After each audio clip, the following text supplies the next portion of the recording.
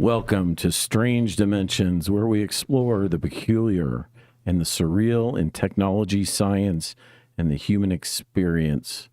I'm your host. Call me Bob.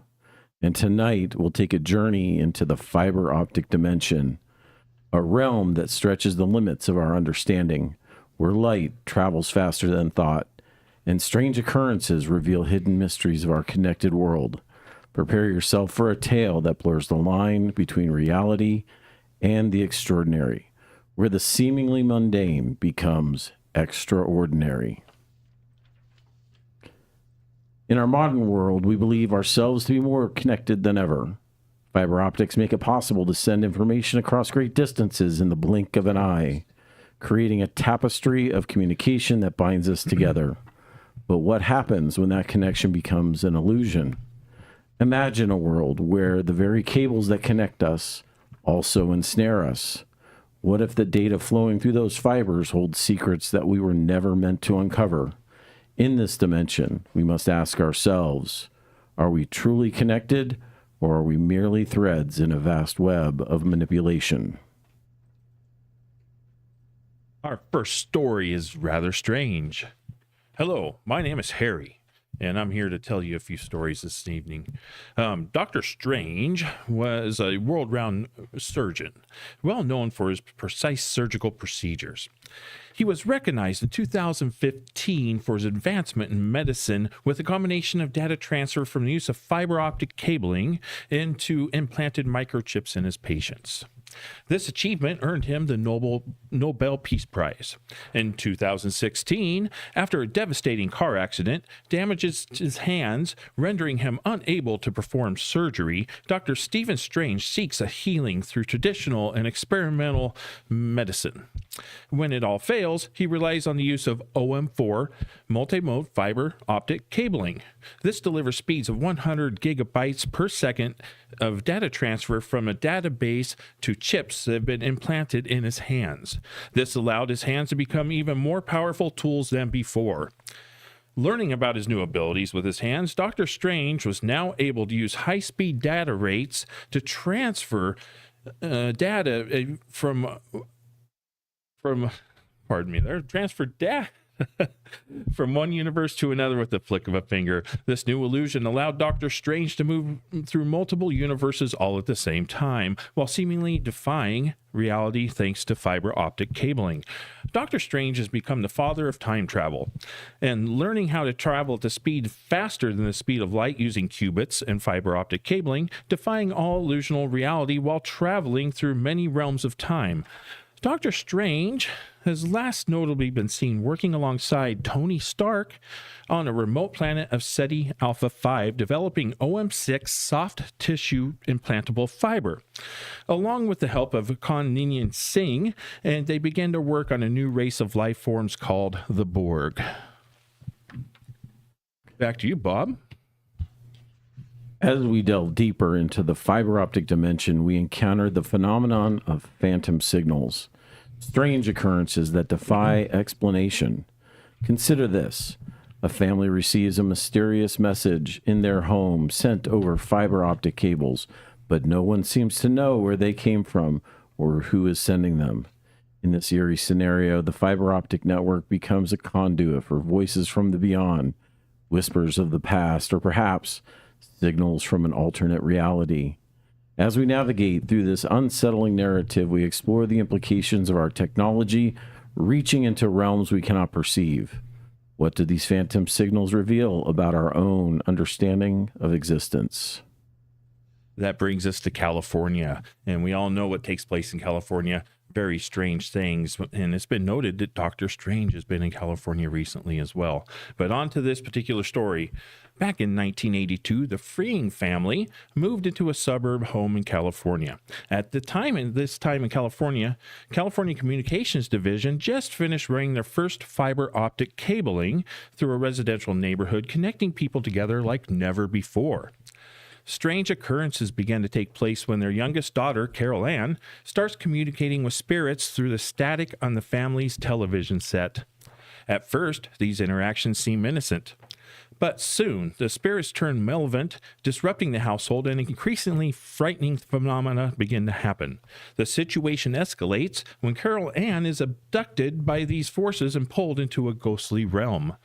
The family seeks help from paranormal investigators and a medium to rescue her from the vengeful entities. The spirits of the afterworld are angered because the fiber optic cabling that was developed and built was built over a burial ground, but the developers had only relocated the headstones, leaving the bodies behind with the fiber optic cabling running throughout the burial grounds. As most known spirits are composed of light, it was later determined that the spirit entities were able to gain access to the television to kidnap Carol Ann through secretly using the fiber optic cables as conduit between the living and dead. To this day, strange occurrences have been reported with the use of fiber optic cabling. The most recent just happened here at Gruber Industries when a coveted spirit entered through a fiber optic cable portal, capturing our lead podcast engineer, Jesse. Jesse, being possessed, keeps on rambling about how AI will govern our world. Outrageous ideas of people never having to work again, never having to drive again, robots taking over, people living forever, world peace, and the end to life as we know it today. Jesse continues rambling on about AI advancement, and this just proves that he's been possessed by a being from another time, place, and realm. Back to you, Bob. Awesome. Thank you, Harry. In this fiber optic dimension, we confront the unsettling reality of surveillance and the dark side of data collection.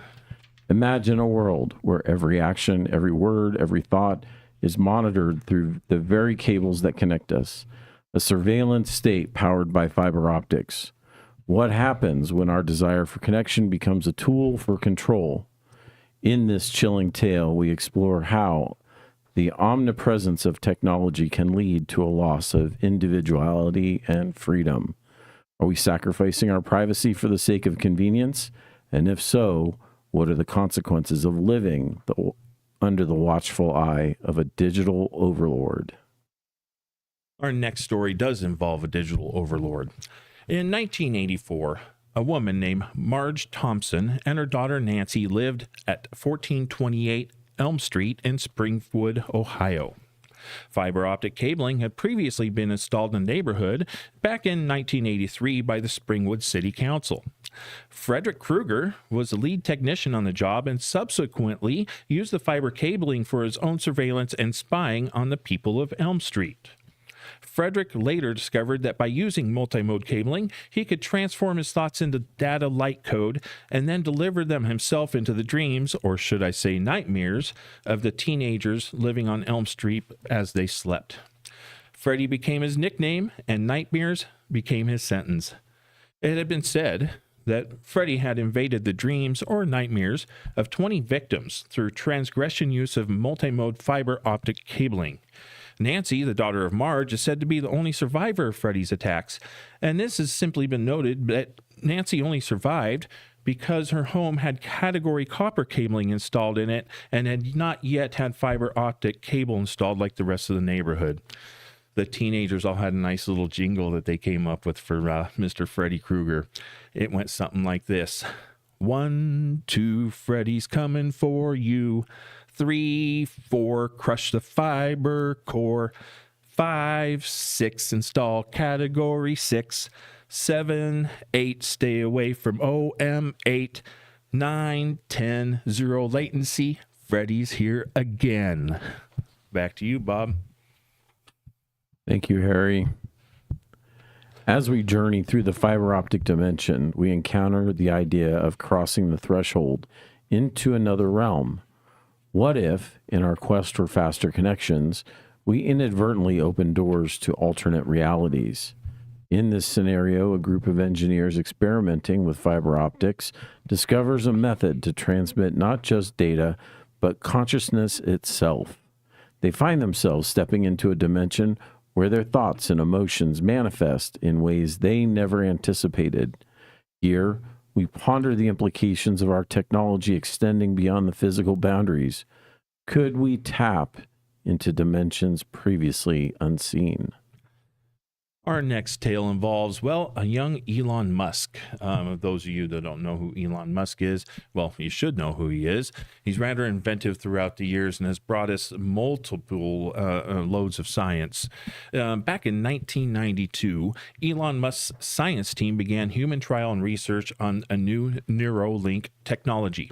This was a computer chip implanted into a human brain that would record and transfer brain signals and activity directly to a computer using wireless neural uplink technology.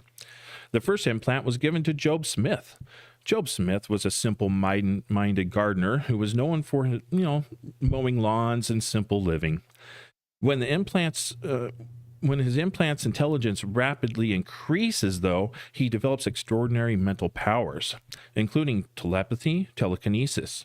However, these experiments began to have a darker side and effects upon Job.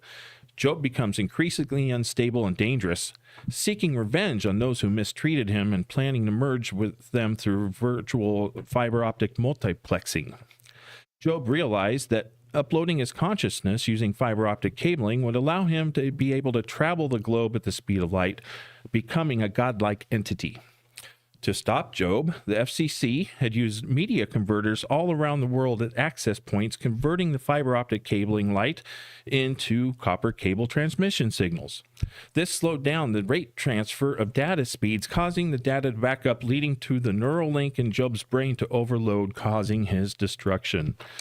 We would later learn that Elon Musk's research would lead Tony Stark and Doctor Strange, along with Kanyan Singh, working together on new cyborg life forms. Back to you, Bob. Thank you, Harry. Finally, we explore the echoes of the future in this strange fiber optic dimension. What if our connections today shape the realities of tomorrow? As we stand at the intersection of technology and humanity, we must consider the paths we are forging. Will our relentless pursuit of connectivity lead us to enlightenment, or will it plunge us into darkness? This talking point invites listeners to reflect on their relationship with technology, encouraging a dialogue about how we can navigate the complexities of fiber optic dimension while preserving our humanity and integrity. Our next tale. This is kind of an interesting one. You just never know what is and what may come in the future. Recently, a team of installers was working on a 12-strand OM3 armored 200-foot fiber optic cable run exterior of a building. Frank Cotton was the lead installer and was obsessed with solving puzzles and problems in their runs. This installation took place at a stormy afternoon. Since the fiber run was not, copper cabling or copper cable installation, they seemed to have no worry about the weather or lightning in the area. However, while Frank was holding the fiber, a lightning strike just so happened to hit the armor jacket on the fiber, sending electricity through Frank, knocking him unconscious. When Frank awoke, he found himself in yet another realm that was dark, evil, and yet amusing to Frank. Next to Frank was a puzzle box with a glowing light shining from within it. To this day, no one seems to know what happened to Frank after this disappearance.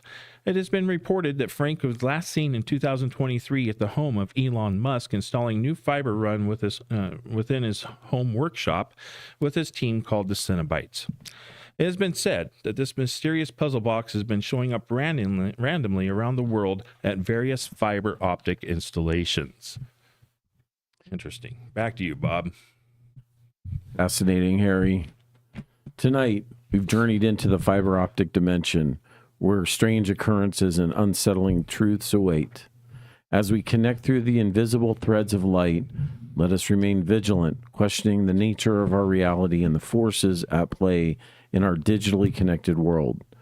Thank you for joining me on this exploration of the strange and surreal. Until next time, remember, in the realm of technology, the line between reality and the unknown is often thinner than a strand of fiber optics. Stay curious, stay aware, and keep exploring the mysteries of the strange dimensions that surround us. Well, it's fun, huh, Bob? That was crazy. That's crazy, huh?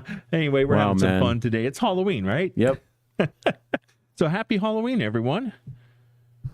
Happy You Halloween. got the peace signal out there. Hold on, let me Cass and Aaron, do you guys have your cameras on? So, yeah, we got to say hi to everybody on the team, but we just thought we'd do a little fun story time at the beginning of the show here. Yep. Just kind of enlighten everybody and just have some fun with it. Again, my name's really not Harry. Just kind of poking the bear today with that name. Yes, and I'm not Bob. No, it's not Bob either. Actually, I had a mustache for this outfit, but it keeps falling off, you see. Yeah. The Bears. I think that was great. Yeah. But anyway, it's Halloween. So, Mark, you got any good Halloween stories growing up as a child? No. No?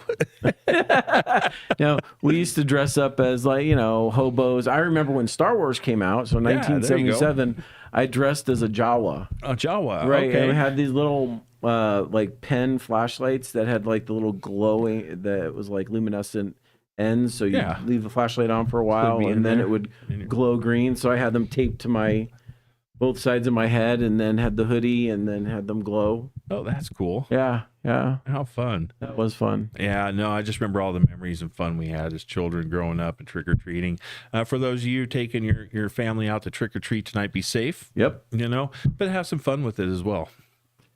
There's, and just a reminder, polls are open till 7 tonight. So go and vote to early voting centers. If you're in Arizona, vote. Hey, we also have some team members here. Let's get back here. Was it Cass? Cass. Yeah, Cass is looking pretty. Check that yeah, out. all right. It's an improvement. Hey. Improvement. Burn. Look at that. And there we go. Cheesebo. There he is. That's a scary costume right there. Yeah, see, you were talking about the Bears, and I was like, you can't say anything about the Bears. You got a Pac fan in here. Yeah, I know, Yeah, right? A well. little cheesehead action going on. This is actually what I wore to my sister's wedding rehearsal. Oh, was it really? Yeah, and I had pink pants on. Nice. Do you really? Oh, man. All out. Look at that. Yep, that's the ultimate diss. You must be an Ultimate fan, I take it? Yeah, well, we played the Bears this weekend. Yeah, we do, don't we? Yeah, so goodbye, Bears. Cardinals are going to take you out. bye take bye you away. Bears. Cardinals are tied for first right now. They are. I is know. that- How is that possible? I just shake my head. It is truly the Once Twilight again. Zone. The Dodgers won the freaking World Series. Well, Yeah. they bought it. They bought the World Series. Yeah. Well, they bought it using fiber optic. Trying to buy it for the last 5 years. I know. I think if this time wouldn't have panned out, there would have been a lot of people fired. Yeah. But okay, all right. So, Jesse, you still possessed over there? We'll talk some more about your AI experiences. AI is inevitable. Yeah. Yep, he's still AI is possessed. already here, but how far it will go, who knows? As far as it possibly can. Yes, if it's up to it, then yes. Yeah, if it's up to it. But Yeah, we'll put a stop to it, right? And we'll have a chance to get one would hope. What's your guys' favorite Halloween movie? Oh gosh, I think probably Ernest Scared Stupid. You ever see Ernest Scared Stupid? No, Yeah, that's a good one. I'm not a horror guy at all, so I don't do. You know the- what? My favorite scary movie probably is Sinister. Have you seen that with Ethan Hawke? Yeah, that's a solid good one. Yeah, it's pretty solid. That's a good show. Have you guys ever seen The Ritual? It's on No. Netflix. No. The Ritual is one of my favorites. I love Scream. That's my favorite slasher. I'm super into Halloween. I like all the horror stuff. But The Ritual is real creepy. Yeah, Yeah. I have to check that one out. Hey, we Well- just got chimed in here. Yeah. Oh, okay. Check that out.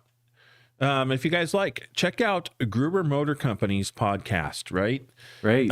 They are now sitting at 997,264 subscribers. 2,736 away. Away from 1 million. Our viewership should be able to do that. Yeah, we'll get there Right? eventually, right? That's a laughing- Let's I think you're possessed too. boost them up. So yeah, if you're watching, if you can, spread the news. Let's get the subscribers on over there to Gruber Motors. Let's make it happen. Let's get them to 1 million. Right. Yeah. Be Let's a get them part of that that gold movement. plaque. Yeah, that's exciting. It really is. And Jesse, how long has that show been running now? We've been doing videos on YouTube for almost 5 years. The podcasts have been running since 2021, Okay. roughly. Wow. Nice. So that'd be quite the achievement. That's where we can be in 4 years. 4 years, yeah. Yeah. We're what? Just a little about a year into it? Yeah. 200. So we're getting there. 9,210, something Yeah, like so- that. Yeah, and we've already we have you guys going live on 4 different platforms right now, and we still have a couple more to grow to, and we're about to start revamping our shorts because YouTube is allowing for a little bit longer on that short form content. So Okay. Nice. we're gonna kind of revamp that and bring Max in to help us with that. So we're gonna do some stuff for you guys soon. That's great. Awesome. Totally cool. Yeah. There's just lots of activities going on with this, and it's been fun. It's been a little bit different at times. And since we're live, yeah, we screw up too, right? I mean, it just happens. But it's all done pretty much live. I don't think there's anything that we do on these particular shows, these videos. Now, the shorts are a little bit different. Right. The rants are a little bit different. We have some time to play around with that. Today, if you notice, we were playing around a little bit with just some different, going with black and white. See, there we go. Changing hues, seeing, what special effects we can have available to use during a live show. So that's been kind of fun. I mean, let's talk a bit about that type of technology since we're in it, Jesse. What technology do you guys have that bring the creature to life? To bring all the videos, you mean? Yeah, I mean, what technologies are you using over there? What's all involved in that on your side of things as far as producing and engineering? We use a variety of tools. We use the Adobe Production Suite to do all of our video editing. We use a lot of different AI tools to help us generate scripts and do stuff more on the admin side, like copywriting, that kind of stuff. And we also use it for emails. Pete's been using it a lot for thumbnail creation as well. I think some of the people over at Com have used that AI. So we're integrating some of those tools as well for automation and just for speed. But what do you use for the live switching? What's that? What do you use for the live switching? The software we're using right now is the Open Broadcast System, or OBS. Oh, okay. Yeah. I have OBS. It's just an open source software. Okay. Mhm. Yeah, it's good. You can customize it however you want to, and we have the ability to do the green screen, do all the color filters. We have, I think, 9 different inputs coming in, including all the different cameras and laptop feeds, images, that kind of stuff. So, Nice. yeah, it's been many years of building it up into what it is. Yeah, and there's a lot going on here. I mean, it's just crazy. Let's see. We got someone chimed in here. Wow, one of my dream companies to work with. I love what you do in the networking field. Oh, very cool. Thank you so much for your support. We really do appreciate it. Not like Meshach, like Shadrach, Meshach, and Abednego. So yeah, cool. No, I we know the appreciate reference that. is probably lost on some people there. No, Yeah. but we appreciate the feedback. It's nice to have some people out there that follow us, take a look, watch us. It really is nice, and we do appreciate it. And anytime, especially if you're local, if you want to come in and take a look and see our facilities, we'll be glad to give you guys a site tour. Yes. That's We're always fun to do. Always open for business. Yeah, right? Yeah. Just stay away from Jesse because he is still currently possessed until we get the AI It's all demon about out of him. AI. Got to get that AI demon on the roll out of Jesse over there. It has me in its grips, and I like it.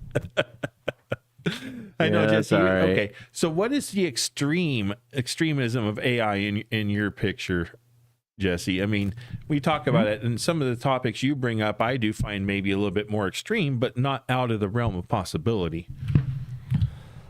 Like where it's going to end up.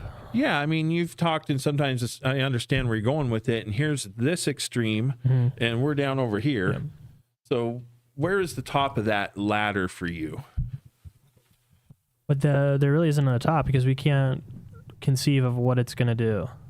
It's just its beginning stages, and it's getting very, very good at a lot of different tasks. And how we're going to apply that 5 years from now and what the world's going to look like is going to be vastly different than the regular rate of progress that we've been used to before AI. Because now, whether it's scientific research, whether it's education, whether it's programming and coding, it's speeding up the level of development in every sector and every industry everywhere. And it's doing it at a rate that is not traditional, like you can see and plot it on a graph. It's exponential. And every time I go on Twitter, I see some new release from an AI company that's come out that's completely revolutionized like graphic design or video editing or audio engineering or whatever it is.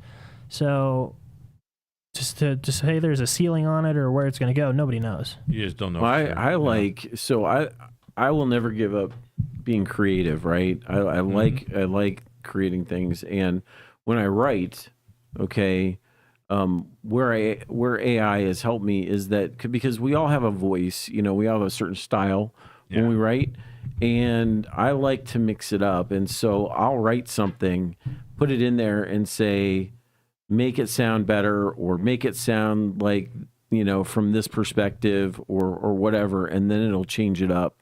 And I've used that a few times for different things, and it's just taken it out of sounding like Mark's writing all the time, right? Sure. Because sometimes I want to catch attention, so you can create different voices with it, which I really enjoy.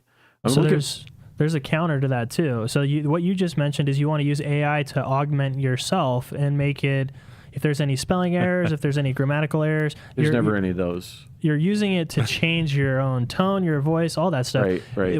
The opposite is also true, that emerge, people don't really realize what it's capable of. So people can take that same concept, they can write 2 or 3 one-page articles. They wrote it by hand. They did all their own research, all that stuff. They feed it into this AI.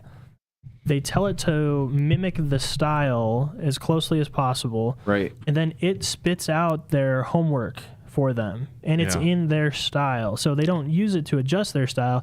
They use it to replicate their style so you can get around plagiarism detection. Right. Huh. Yeah. Interesting.